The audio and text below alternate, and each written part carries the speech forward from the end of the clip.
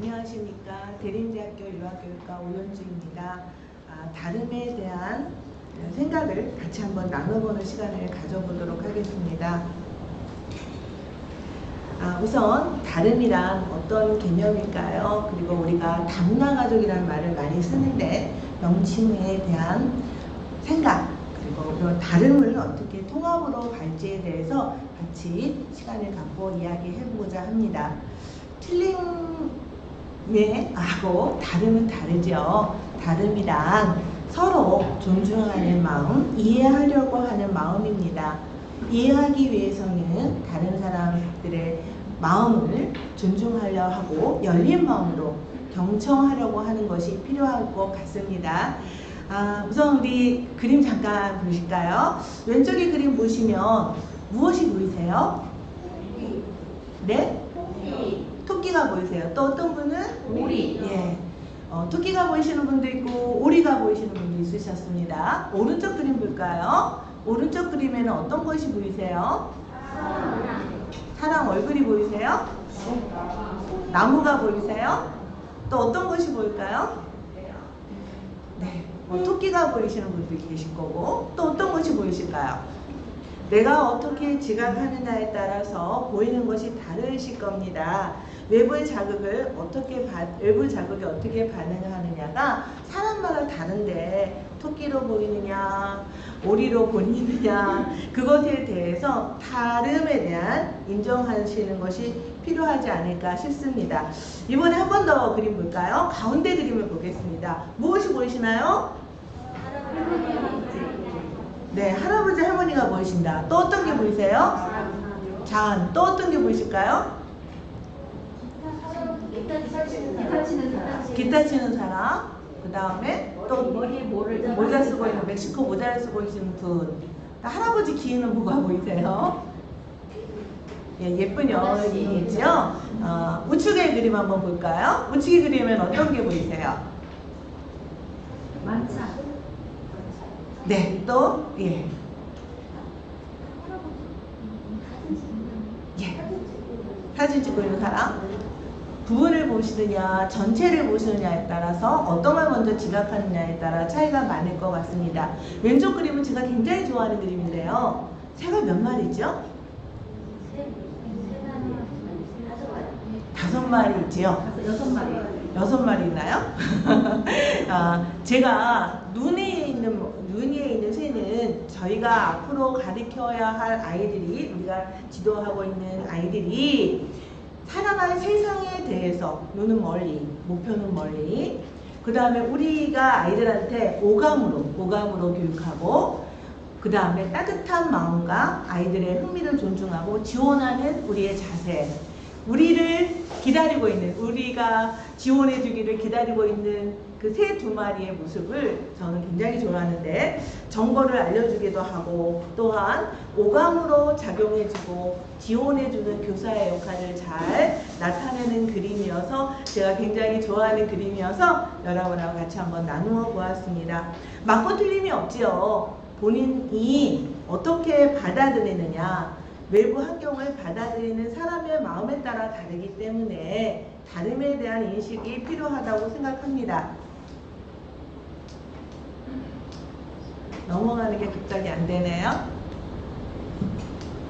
네. 렘브란트는 왼쪽의 그림은 시작달과 결혼하고 아주 잘 나갈 때의 그림이고요. 오른쪽 그림은 이 사람이 너무 성공하다 보니까 교만해져가지고 다른 사람 그림에 자기 얼굴을 그려놓지 않나, 아주 성실함을 잃어갔어요. 그러다 보니 렘브란트에다가 사람한테 그림을 의뢰하는 사람도 없어지고 또한 부인도 죽고 그랬을 때 늙고 초라한 모습인데 렘브란트는 이 모습을 더 좋아했다고 합니다. 이 넘어가는 게 그쪽으로 넘어주셔야 될 것 같아요. 갑자기 르네 마그루트는 14살 때 어머니가 자살하셨는데 건져냈을 때 어머니 나이트 가운으로 얼굴을 가린 것을 보고 나서 정면으로 세상을 바라보기가 너무 힘들었다고 해요. 그래서 얼굴에다가 비둘기라든지 사과라든지 일상의 물건을 상용화해서 자기의 마음을 가렸는데 이렇게 예술적으로 자기의 마음을 승화시키고 난 후에는 옆모습이라도 보여줄 수 있었다고 합니다. 내 안의 다름을 어떻게 승화시키느냐가 굉장히 중요한 요소가 될 것 같습니다. 우리 굉장히 여름방학 때 인기 있었던 동요 있죠? 뭘까요? 많이 방학 전에 현장에서 많이 보시던데 인사이드 아웃 그 만화 영화를 방학 전에 특별 프로그램으로 많이 보신 것 같아요. 잠깐만 보겠습니다.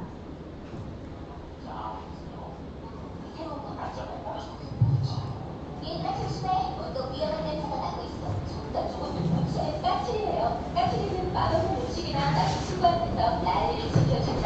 색깔도 나오면 용모양 좋아하면 정답이 좋은 겁니다. 맛이야. 같이 내가 사주라. 네. 나에게 이거 안 먹으면 맛있는 디저트 안 줄 거야. 우리한테 디저트를 안 주겠다고 한 거야? 는 버럭이에요. 버럭이는 난리에게 공정하지 않은 상황을 보면 못 참죠. 저들도 이렇게 나오시겠다 그거지. 디저트 아니면 조사일 거야. 그래 저들도 한데 그 전에 아빠는 이거야. 맞아.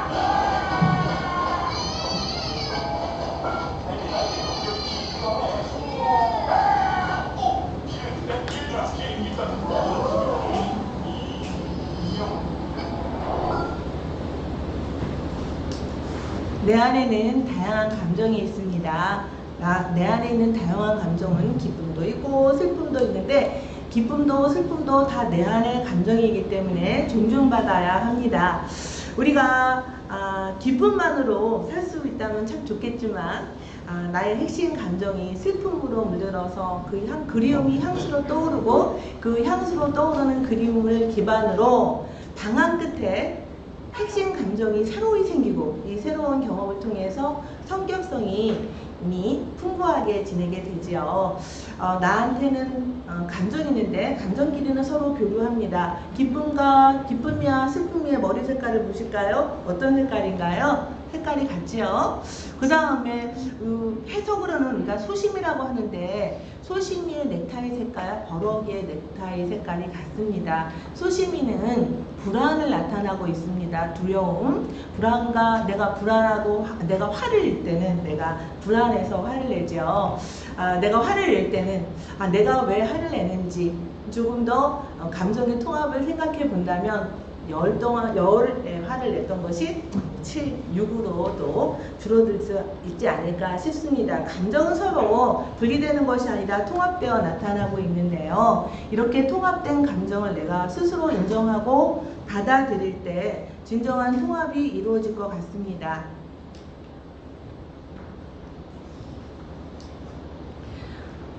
그 샤갈은 벨라가 자기 하실에 왔을 때 애인일 때 너무 좋아서 뛸 듯이 기쁘다 웃고있는 웃음을 기쁨으로 표현하고 있고요. 그 다음에 슬퍼하는 노인, 울고 있는 여인은 슬픔의 상징이지요. 그 다음에 와이어스는 아버지가 굉장히 강압적이고 아버지가 사파가기 때문에 본인은 사파가니까 아들은 좀 굉장히 유명한 작가가 되기를 순수 미술 작가가 되기를 원했어요. 그래서 굉장히 강압적으로 했는데 이 마이어스는 그동안 그때 당시에는 귀하게 여기지 않는 템페라 물감으로 그림을 그렸어요. 그래서 아버지가 굉장히 싫어했는데 본인 스스로가 템페라 물감을 사용했지만 굉장히 구도 좋은 그림을 그려내면서 대담한 구도를 사용해서 유명한 작품을 남길 수 있는 사람이 되었지요.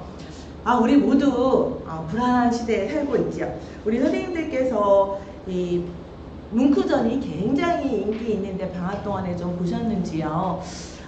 이 뭉크의 불안과 절규를 보시면 핏빛으로 물든 하늘이 막 굴비쳐 나오고 사람들의 모습에서 내가 얼마나 불안한가를 잘 나타내고 있는데 이런 그림을 보면서 우리도 나의 불안을 오픈할 수 있는 마음을 끄집어낼 수 있는 기회가 되는 것 같습니다. 뭉크는 이렇게 자신의 불안의 감정을 끄집어냄으로써 우리가 갖고 있는 불안 절규에 대해서 보여주고 있습니다.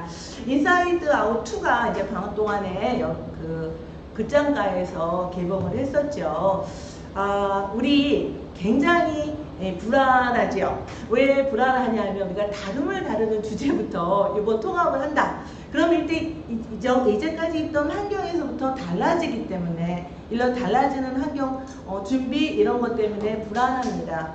불안의 기조가 불안이 나타나는데 두 가지 방식으로 처리될 수 있는데요. 하나는 너무 불안하니까 너무나 열심히 미래에 대한 준비를 하는 거고요. 또는 불안하니까 아파버리는 거죠. 신체적인 장애를 아파버리거나 공황장애로 올 수가 있습니다.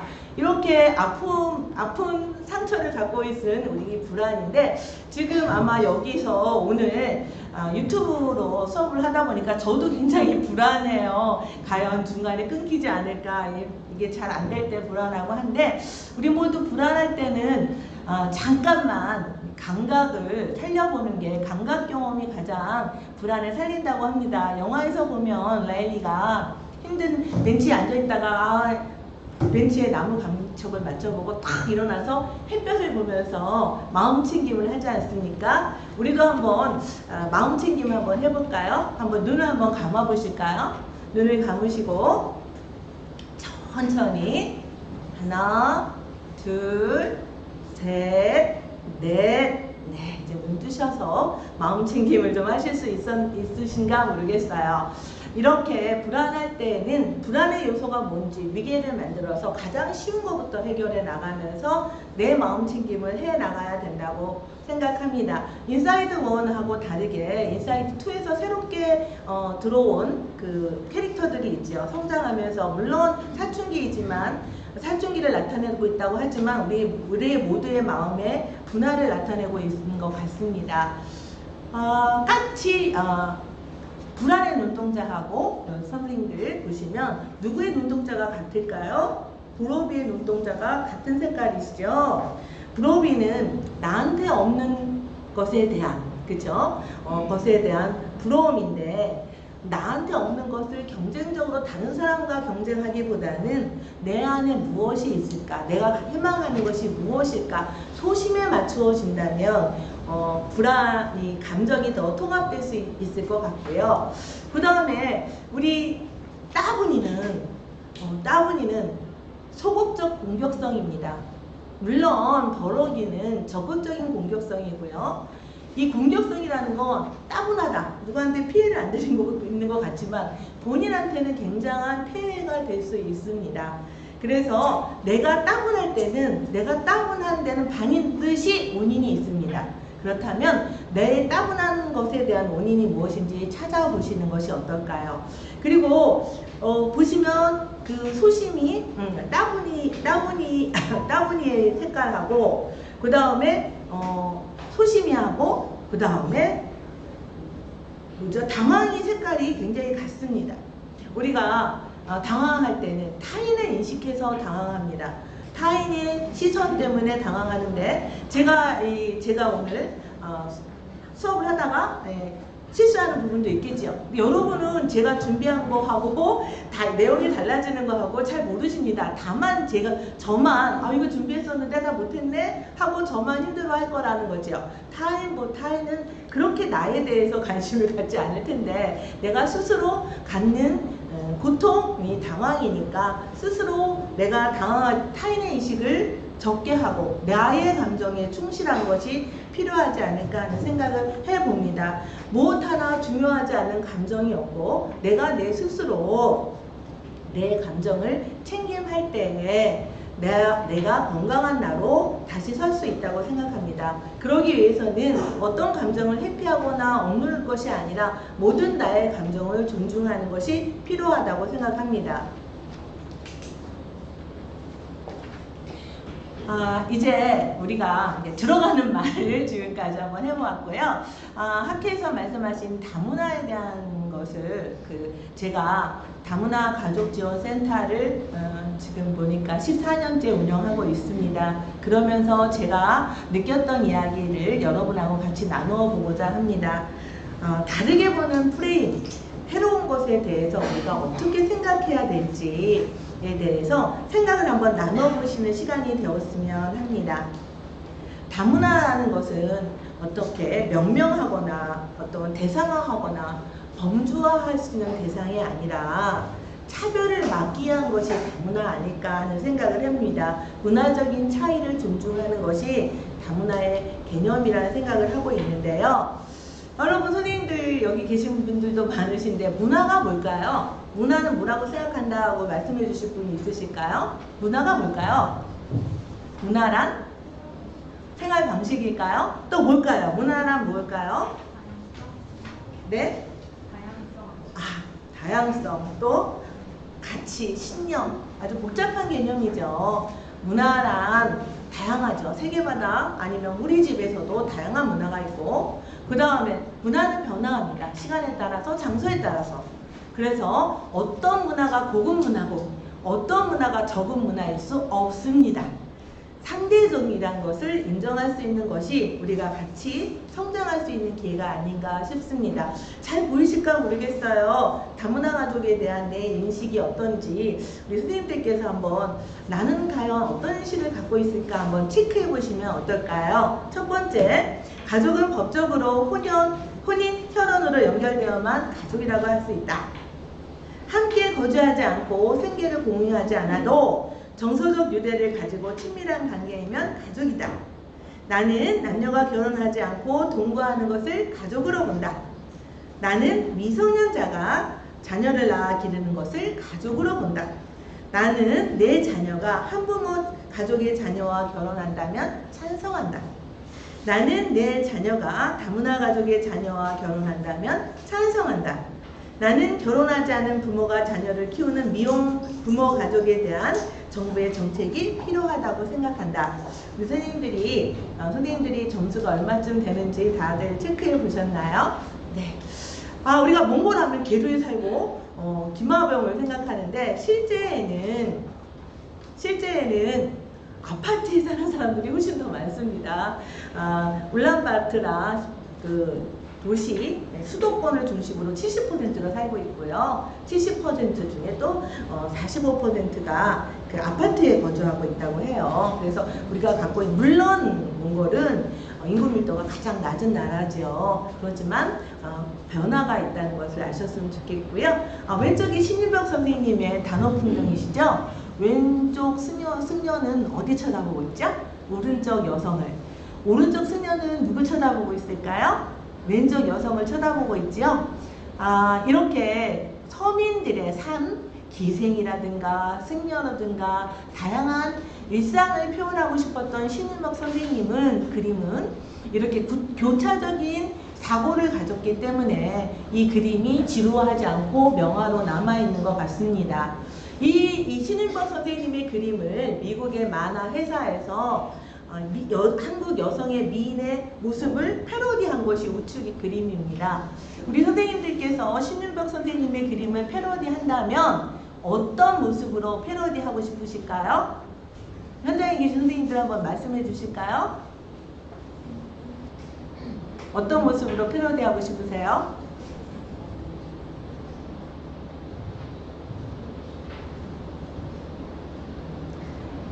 한복 입고 핸드폰 셀카 찍을까요? 아니면 물총 싸움 할까? 한복 입고 물총 싸움 할까요? 아니면 어떻게 할까요? 워터 슬라이드에서 확 내려올까요? 우리가 생각하는 고정관념이 얼마나 차이가 있는지, 현대의 생활이랑 어떻게 받아들여야 되는지를 평등의 개념으로 다시 한번 살펴보고자 합니다. 제가 2003년, 4년 스웨덴 연구를 하면서 스웨덴에 갔을 때 정말 놀랐어요. 왜냐하면 남자 화장실에 아이들 기저귀 가리대가 있었거든요. 아이는 같이 키우는 것이라는 개념이 6주 이상 반드시 남성도 육아휴직을 해야 되고, 또 놀랐던 것은 교실마다 기저귀 가리대가 있어서 아이들이 기저귀를 달기 위해서 올라갑니다. 올라가면서 수제 발달을 하고 선생님의 무엇보다도 허리가 굉장히 보존되더라고요. 그리고 실내 놀이 나갈 때 하루에 2번씩 실내 놀이를 하다 보니까 옷을 갈아입히는데, 신발 갈아입히는데 선생님이 우리는 쭈그리고 갈아입히잖아요. 근데 의자가 돌아가는 의자여서 이렇게 돌면서 애들 신발을 갈아입히는 것을 보고 이게 진짜 아이를 낳으라는 이야기구나 예, 라는 생각을 했습니다. 저출산을 해결하는 방법이 필요할 것 같은, 그러니까 다문화가 발달하는데 아무리 정책적으로 지원을 한다고 해서 여자들이 아이를 낳겠어요. 남성, 여성이 같이 아기를 키워줄 때 그래 저출산 문화가 해결된다고 생각합니다. 특히나 요즘은 한부모들이 많기 때문에 샤워장 같은 거나 화장실이나 가족 동반이 필요하지 않을까 하는 생각을 해보고요. 다문화 가족이 무조건 우리 문화에 녹여야 된다는 용광로 이론이나 다문화 가족이 전체 속에서 모자이크처럼 뿌리 박는 것이 아니라 각자의 맛을 살리면서 샐러드 볼이 하나의 샐러드가 됐거나 하나의 남은 맛이 그대로 살리면서 새로운 문화를 창조하는 새로운 다름이 존중받는 문화가 다문화일 것 같습니다. 다문화 사회에서의 나의 생각은 어떻게 달라져야 될지 구체적인 자료를 잠깐만 보겠습니다. 엄청나게 많은 사람들이 이동하고 있지요. 우리나라에 왔으니까 내가 여기서 살 것이 아니라 많은 사람들이 이동하고 있습니다. 이동의 속도와 범위가 날로 높아지고 있는데요. 그 높아짐을 보시면 이제는 한 곳에 사는 것이 아니라 굉장히 많은 변화가 가속되고 있는데, 저는 우리나라가 인구 성취국이라는 것을 잘 몰랐었어요, 예전에는. 근데 우리나라 인구 성취국입니다. 그리고 중국이 성행할 때는 중국의 많은 우리 사업가들하고 학생들도 현지 취업을 위해서 많이 유학을 갔었고요. 또 베트남이 지금은 현지 취업이 필요해서 대학생들이 많이 베트남 가서 현지 취업을 희망하고 있습니다. 이제는 어떻게 한 군데 있는 것이 아니라 서로 이동하며 살아가고 있는 형편입니다. 매번 우리가 거의 40만에 달았다고 합니다. 지금 다문화 가구가 구성원이. 그리고 이 구성원 중에는 우리가 생각하는 이주민 여성이라든지 외국 노동자만 있는 것이 아니라 다양성을 갖고 증가하고 있고, 다문화 가정이 40만에 가까워지고 있습니다. 다문화 하시면 굉장히 우리가 이주민 여성이라든가 외국인 근로자를 생각하는데, 다양한 법적인 형태는 이렇게 나누어져 있다는 것을 보시면 좋을 것 같고요. 다문화 가정이 우리가 갑자기 90년대 이후에 결혼 경사 현상으로 인하여 외국인 분들이 많이 오셔서 이주민 여성들이 결혼을 하게 되었는데, 이주민 여성만 온 것이 아니라 보다 보면 친정 부모님도 오시고 형제도 오시고 동거인이 많이 늘어서 형성을 하고 있고요. 요즘은 또 남편 또한 많이, 특히 베트남에서 재혼의 경우 많이 늘고 있기 때문에 외국인 남편도 많이 늘고 있는 형편이고, 혼인의 비율이 계속 꺾이는 것 같지만 다시 또 재혼 때문에 높아지고 있는 현실입니다. 우리 혼인에 있어서 어떤 나라가 가장 많은가 보면 베트남이 가장 많고요. 조선족 쪽으로 많은데, 제가 이 안경을 쓰면 이 앞에 글씨가 뒤에 글씨가 안 보이고, 그래서 지금 총체적으로 어려움을 겪고 있는데, 출생아 수는 계속 상승하고 있고요. 다문화 가정의 아이의 자녀는 그동안은 유치원까지, 어린이집까지 연령이 6세 미만이 제일 많았는데, 작년부터 초등학교 아이들이 많아지기 시작을 했습니다. 그래서 아이들이 서서히 커가고 있어서 커가는 아이들에 대한 대책이 진행되고 있고요. 거의 다 대부분이 경기도에 집중되어 있습니다. 수도권에 집중되어 있고요. 아까 말씀드린 것처럼 베트남, 중국계, 우리나라 계열의 중국계 순으로 다문화 가정 자녀들이 분포되어 있습니다. 점점 외국인 유학생들이 늘고 있는 것을 보실 수 있습니다.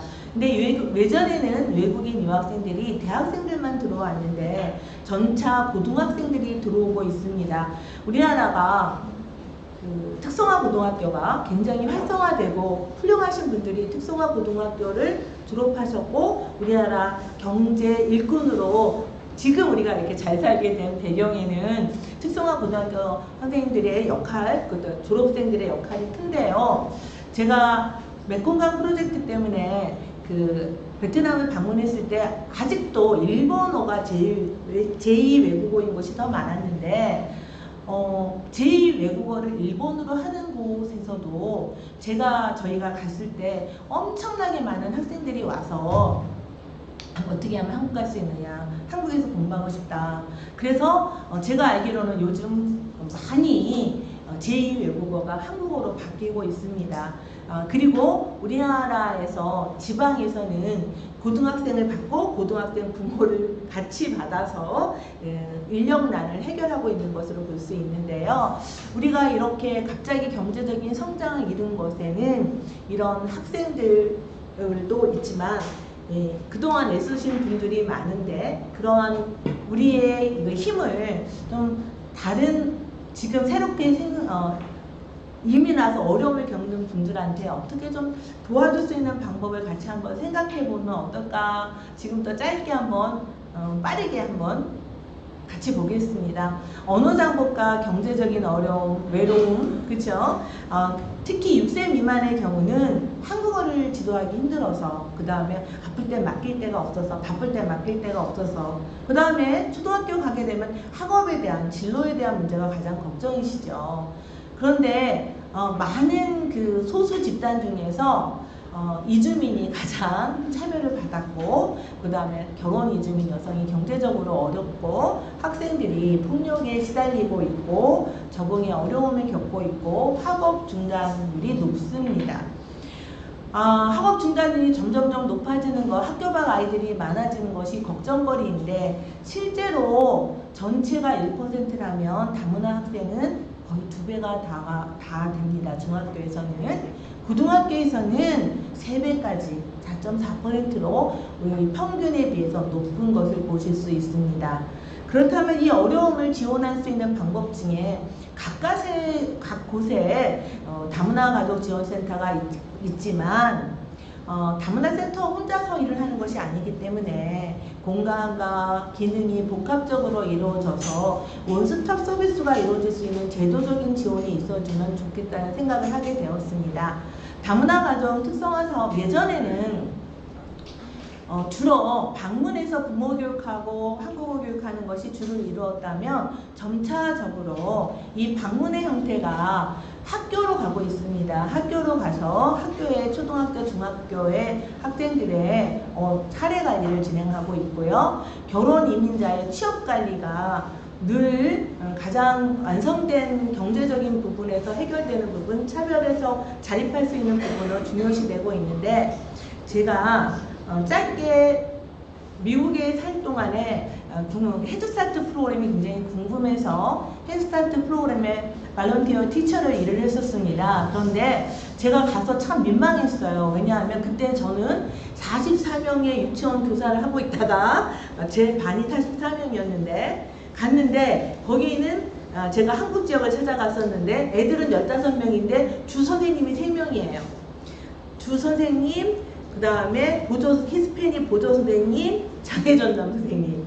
15명인데 선생님이 3명이에요. 그럼 제가 할 일이 아무것도 없지 않습니까? 그 옆에 방에 또 상담사가 있어요. 임상 상담사가 있고, 그 다음에 제가 있고, 그리고 반드시 엄마들이 해야 될 일이 하나 딱 있습니다. 한 달에 한 번씩 와서 아이랑 같이 가는 거예요. 보조 역할을 하는 것이 옵션입니다. 미국은 굉장히 보편적 복지가 실시되지 않아서 원비가 굉장히 비쌉니다. 그렇게 비싼데도 불구하고 헬스타트에서는 제일 좋은 음식을 2번 먹이고 최상의 서비스를 제공하고 있거든요.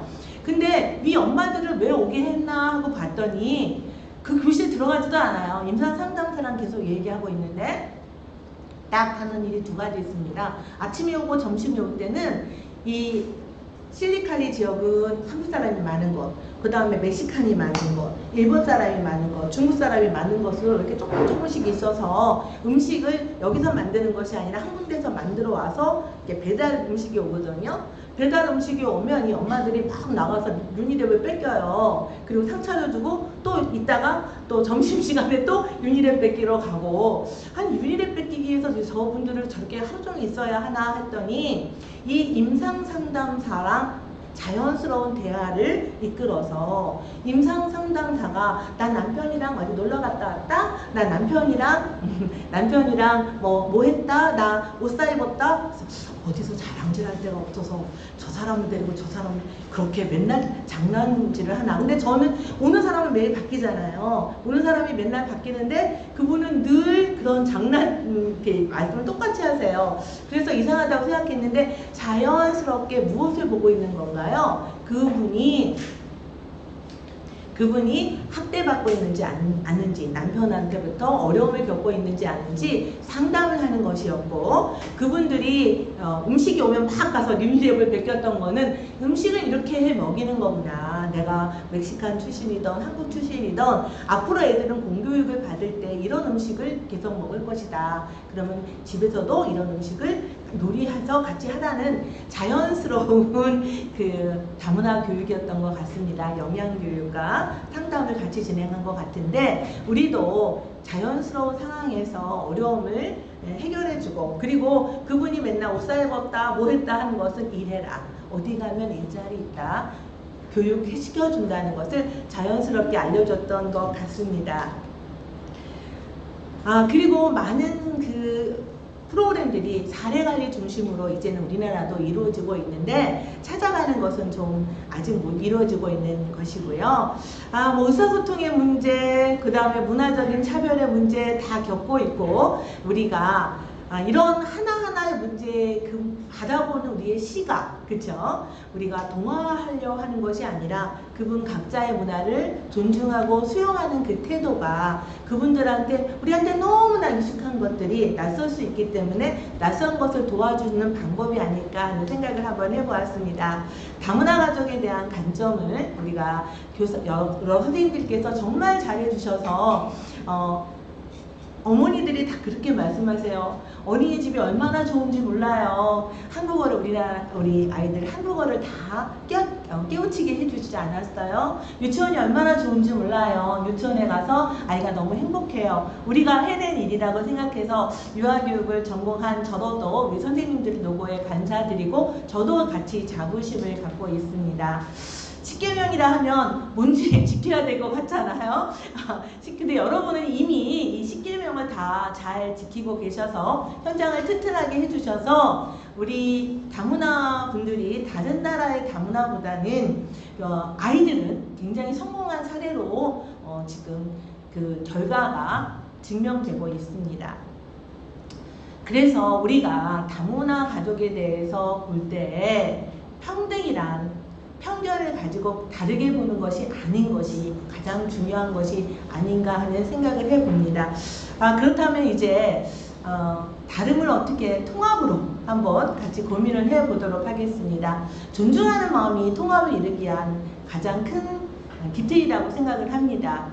우리가 또 해낸 거 있죠. 우리 교육과정이 너무 훌륭하다 보니까 초등학교 1학년 때의 교실이 유치원 교육과정 교실처럼 이렇게 바뀌었어요. 그런데 이제 24년부터는 통합교과서로 바뀝니다. 그래서 바른생활, 슬기로운 생활, 즐거운 생활이 창의적 체험활동으로 통합교과서로 바뀌게 되고, 또한 기초문해력이 우리나라 학생들도 코로나를 겪으면서 많이 힘들어져서 강화되고, 실내 놀이, 친체활동이 강화되고 있는데,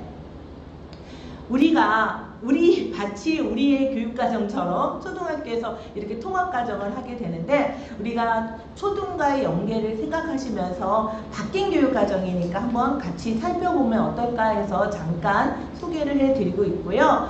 그리고 문제는 어떻게 보면 저희한테는 굉장히 바람직한 일이라고 생각을 하는데, 다문화 분들에 있어서는 모든 이 통합 과정에 그림책이 들어가요. 그래서 그림책에 대해서 잘 이해 못한다면 도입부터가 좀 어려움을 겪을 수가 있게 되는 그런 상황이 됩니다. 그래서 초등학교 교과서에 실린 그림책들을 잠깐 제가 소개해 드렸는데, 실제로 초등학교 2학년 교과서, 국어 교과서에는 그림책이 계속 실렸었습니다. 저희 센터에서는 12년 전부터 미리 그 교과서를 겨울방학 때, 겨울방학이나 여름방학 때 한 학기 전에 그림책을 읽어볼 기회가 평소에 없을 것 같아서 대학생들 멘토의 도움을 받아서 그림책 읽기를 계속 해왔습니다. 그리고 부모님들도 그림책을 좀 대여하는 프로그램을 진행하고 있는데, 우리나라 어머님들은 정보가 빠르셔서 미리 그림책을 사기도 하고 그림책에 대한 이야기도 충분히 나누시는데,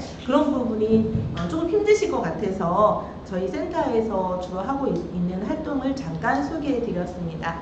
그리고 저희 센터가 다문화센터, 건강가정지원센터로 따로 있다가 건강과정.점 다문화가정지원센터로 통합이 될 때가 있었습니다. 그때 저는 우리 함께 한다는 개념으로 다문화 가족들을 모시고 우리 센터에 벽화를 그린 적이 있는데요. 내가 스스로 왜 그랬는가 하면, 여기 우리 센터야, 여기 굉장히 좋은 곳이야 라고 느끼게 하기 위해서 했습니다. 저는 오늘은 마음 근력을 기르는 방법을 그림으로 한번 이야기해 볼게요. 잭슨 폴록의 그림 보고서 우리 많이 아시죠? 실그림 그리거나, 그쵸? 굴리기 같은 활동들, 이게 마음 근력을 높이는데 굉장히 효과가 있으면 효과성을 한번 제가 입증해 보았었고요. 앤디 워홀의 자화상 그림을 보시고 트레이싱 페이퍼지로 그리신다거나 복사기에 손을 놓고 그리는 활동을 통해서 자아개념이 활당되는 것을 볼 수 있었습니다. 장우투 선생님의 가족 그림을 보고 가족 구성원을 표현해 본다거나, 키스알링의 좋은 친구라는 것을 보고 친구의 얼굴들을 바둑알이라든가 아니면 솔방울이라든가 등등으로 구성해 보면서 친구와의 관계를 이해해 보기도 하고, 생물 다양성을 존중하기 위한 프로그램으로 올덴버그는 환경주의자죠. 그래서 무식한 미국놈들 그러면서 저렇게 많이 햄버거를 큰 걸 먹다니, 저렇게 많이 환경을 파괴 하다니 라고 이야기하는 사람이었는데, 그래서 막 천으로 큰 햄버거를 놓고 굉장히 미국의 소비 문화를 비판했던 사람인데, 나중에는 모든 것이 조화로워야 된다는 이런 햄버거 그림을 넣어서 조화롭게 되는 그 과정이라 같이 한번 초창기에 올덴버그의 그림과 조화로운 그림을 같이 활동을 해 보았는데, 자아존중감이 높은 연구 결과를 볼 수 있어서 여러 선생님들도 아이들과 함께 마음 근력을 키우는 활동으로 한번 해보셨으면 어떨까 해서 잠깐 같이 보았습니다. 프레다 칼로의 멕시코 민속화, 그 다음에 일본의 우키요의 대표자 우다가 히로시게는 특히 고흐, 그 다음에 인상파 화가들한테 많은 영향을 끼쳤습니다. 그래서 이 인상파 화가들이 이 일본의 문화를 보고 자포니즘을 같이 형성할 수 있었고, 또한 일본은 개방하면서 물감을 가져와 가지고 판화를 색을 넣을 수 있어서 포장지 같은 것을 만들어서 수출하고 서로의 문화가 교류되는 경험을 했었지요. 제이콥 로렌스는 아프리카 미국인의 힘듦, 어려움을 그림으로 대신하고 있고, 사린 네사트는 자국의 여성들이 인권이 탄압되고 있는 모습을 그림으로 표현하고 있습니다. 아이웨이에이는 굉장히 문화혁명 때문에 감금되고 어려운 생활을 지냈었는데요. 마치 앞으로 AI 대 AI, 인공지능 대 인공지능은 많은 피해를 가져올 것이다. 마치 나치즘 같이, 또는 마치 문화혁명처럼 획일된 사상을 우리한테 심어줄 수 있다는 인공지능의 폐해에 대한 것을 알려주고 있고요. 또한 이 사람이 중국에서 나와서 독일에 살았는데 이 난민들한테 독일 사람들이 잘못하는 것을 보면서 이것에 대한 경각심을 일깨우기 위해서 구명조끼로 작품을 많이 했습니다. 그래서 우리가 얼마나 인권에 대해서 생각하는 것에 대한 메시지를 알려주고 있습니다. 다름의 대처를 도와주는 손길을 가진 사람들은 행복했다, 나중에 마음으로 성공한 삶을 살았다 하고 몇 케이스를 같이 보면서 우리도 그런 손길이 되어야 되지 않을까 하는 생각을 하면서 마무리 파트를 같이 이야기 나눠보도록 하겠습니다. 모딜리아니는 굉장히 간단하게 내면을 잘 표현하는 사람이지요. 그런데 늘 가난했고 35살에 병으로 요절했습니다. 모딜리아니는 잔의 그림을 많이 그렸는데 이 모딜리아니가 나중에 성공하지 못하고 하다 보니까 방황을 많이 해서 굉장히 외도도 많이 하고 했는데 늘 내가 널 지켜주고 있어 하는 하는 그 마음을 읽었기 때문에 잔의 그림을 많이 표현했는데요. 모딜리아니가 죽고 나서 둘째 아이를 임신한 채 잔은 자살을 하지요. 그런데 이 모딜리아니가 살아있을 때는 가난과 병마에 시달렸지만 이 잔이 지켜봄으로 인하여 인간의 내면의 마음을 그릴 수 있는 잔을 표현할 수 있었고요. 고흐 같은 경우는 고갱이 아들리에 온다는 것을 보고 너무 좋아서 집에다가 일주일 만에 해바라기 벽화를 4개나 그렸다고 합니다. 그런데 이 해바라기는 고갱이 남아프리카 출신이기 때문에 그 사람이 향수를 돕기 위해서 했는데 고흐가 해바라기를 그린 이후부터 굉장히 죽을 때까지 2년 동안의 작품들은 너무나 귀한 명화로 남아있다고 하는데 누구를 이렇게 섬기는 마음이 고흐를 유명하게 만든 것 같습니다. 그런데 살아보니 고흐와 고갱은 너무나 달랐죠. 고흐가 그린 본인의 의자, 그 다음 고갱의 의자 정말 달랐습니다. 왜 이렇게 달랐는데 이 고갱은 이제 고흐를 그려줬는데 위에서 이렇게 내다보면서 참 비하한 듯이 이런 고갱의 마음 때문에 그렇게 열망하면서 해바라기를 그리고 같이 살기를 바랐던 고흐는 이렇게 쓸쓸한 다른 의자를 표현할 수밖에 없었습니다. 여자인 조제 어키프는 여성성을 아름다움으로 승화시켰고요. 그 다음에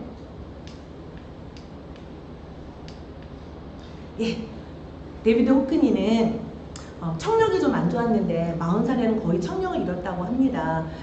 그리고 또 동성애자고 이런 어려움이 많았는데 부인이 그래도 끝까지 부인이 마음을 이 사람이 많은 비난을 했음에도 불구하고 부인이 곁을 떠나지 않았고 그래서 늘 새로운 것에 대한 추구를 갖고 아이패드로 그림을 그리고 사진을 합성해서 그림을 그리면서 새로움을 추구할 수 있었고요. 바스키아는 7살 때 비장을 다 꺼내는 어려움을 겪었는데 어머니께서 항상 미술관을 데리고 나면서 마음치료, 심리치료를 해주셔서 본인이 그러니까 흑인이 갖고 있는 인권의 어려움, 길거리 낙서 이런 것을 치료할 수 있었고 특히 앤디 워홀을 만남으로써 그동안에 낙서다 하고 하급 문화로 인정받던 미술을 반열을 올려놓았습니다. 우리나라 같은 경우는 2015년에 다 미군이 떠나고 나서 동두천이 굉장히 폐허가 많이 되었었는데 경기도에서 그 동두천 살리기 프로젝트를 책임 화가들이랑 진행을 했는데 어떻게 보면 낙서고 어떻게 보면 예술품입니다. 예술품을 하면서 2018년부터는 동남아 사람들이 굉장히 보는 관광지로 만들었다고 합니다. 바스키에가 만약에 어머니가 없으셨다면 앤디 워홀이 없었다면 낙서가로 끝났을 텐데 바스키에가 그린 그림들을 뉴욕 어떤 시장이 바뀌었을 때 깨끗하게 하겠다고 다 지워버렸다고 해요. 그런데 헌법에서 그 승소를 해서 74억이나 물어주는 일이 생겼다고 하니까 우리도 함부로 낙서를 지으면 나중에 예술품을 손상하는 것이 될 수도 있다고 생각합니다. 5살 때 어머니 여의고 14살 때 노이가 죽고 종교적으로 강압적인 아버지 또 병원에 정신병원에 입원한 여동생 때문에 늘 절규하고 힘들어했던 뭉크지만 이 뭉크가 카렌 이모가 돌봐주는 카렌 이모가 늘 그림 그리고 따뜻한 마음을 줬기 때문에 나중에 뭉크는 스스로 정신병원에 입원해서 자기 의도에 의해서 정신병을 치료합니다. 그리고 오슬로 대학에서 이렇게 찬란한 태양이라는 작품을 남기게 되었고요. 죽기 3년 전에는 본인의 자아상을 굉장히 따뜻한 사람으로 표현하기 시작했고 무엇보다 본인이 제일 좋아하는 자아상은 크레용을 든 화가예요. 자기의 작품의 열정인 화가의 모습. 우리도 우리가 잘 멋있을 때가 언제일까요? 우리 선생님들을 아이를 돌볼 때이고, 그쵸? 우리가 우리의 직업에 충실할 때 가장 마지막에 남고 싶은 모습이 아닐까 싶습니다. 프리다 칼로는 32번의 수술, 3번의 유산, 아주 실패, 힘듦의 대명사이시죠. 그런데 그리고 멕시코라 하면 사람들이 어떻게 생각하냐면 유럽 사람들이나 미국 사람들은 변방의 문화라고 생각을 했는데 이 두 명의 프리다, 내가 유럽의 문화와 지금 멕시코의 문화를 공존하는데 이 문화를 잘 지켜나감으로 해서 프리다는 가장 훌륭한 여성으로 칭송을 받았고 그리고 아픈 상황에서 그 유럽이나 미국에 초대받았는데 이렇게 누워서 전시에 참여했고 그리고 소통했다고 합니다. 우리가 우리를 어떻게 인정하느냐, 우리의 것을 인정하고 존중하느냐에 따라서 상대방도 우리의 것을 어떻게 인정하고 존중하느냐의 차이를 보여준 예라고 생각합니다. 프랑스, 독일, 영국 다문화 실패했다고 이야기하고 선언한 적도 있습니다. 캐나다는 성공한 나라였는데 요즘 갑자기 부동산 폭락으로 실패한 나라로 들어가고 있는데요. 호주나 미국은 성공한 나라로 일컬어지고 있습니다. 왜냐하면 평등과 존중을 강조하기 때문이죠.